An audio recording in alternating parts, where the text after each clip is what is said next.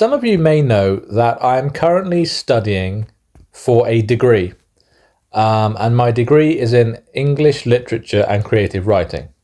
Do I need to do that? No, of course I don't, because the writing rules are bullshit and they mean nothing. They don't guarantee success. In fact, they don't guarantee anything. So why am I doing it? I'm doing it for me.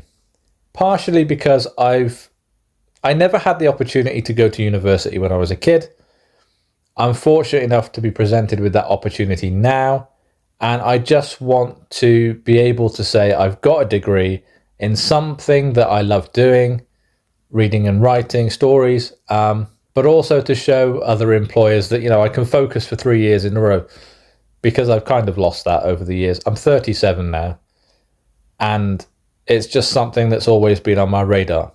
So I'm not doing it because I want to improve my writing or whatever, because it won't, because it's full of the writing rules. I've already been told off in the previous year for show, don't tell, and all this bollocks.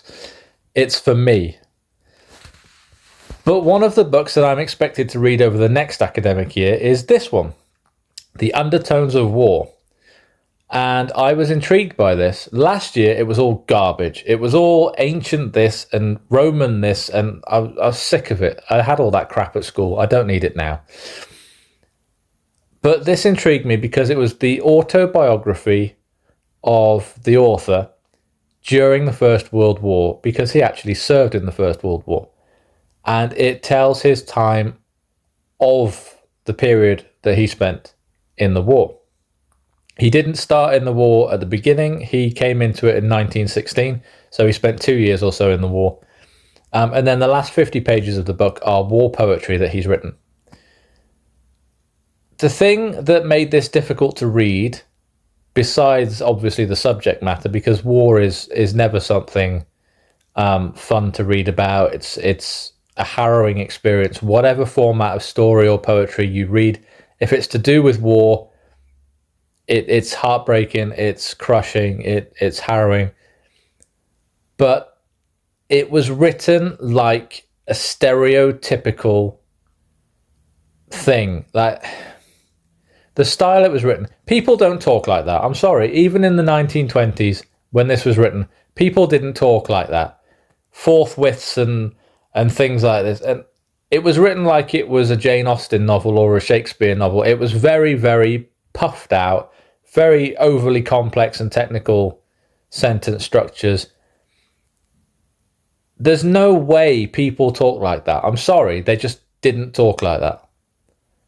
So it was very, very difficult to read because I deal with modern language and modern sentence structure, and I can't focus on the details if I'm trying to basically translate it into my brain. I did persevere, I did get through it, and it was a haunting thing. Examples, the trenches were dug so deep in certain areas that they were lined with bones of people who died in wars centuries ago, that they were still in the ground. And when they would walk around the trenches, they would see skulls and femurs sticking out of the walls. One individual was blown up by a sentry, and they found his shoes with his feet still in them.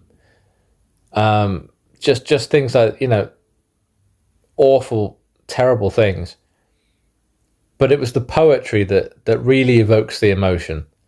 The war poetry is dark, very dark, and as you would expect. So I gave this a 3-star because it was so hard for me to read literally. The war poetry probably saved it. But yeah, although it was difficult for me to read, if you're practiced at reading this kind of thing, I think it's an important book to be read. It's very rare that you get sort of an eyewitness account of something that happened so long ago. So if you do have the chance to read Undertones of War, I do suggest that you take it, because it is something that needs to be kept alive. So yeah, I'm not looking forward to some of the other books I've got to read, such as Far from the Madding Crowd. I will try my best not to fall asleep. But yeah, this is an example of sort of a middle kind of book out of the list. I'll be reviewing the other ones on here when I get to them, but this is the first, and it was a tough start.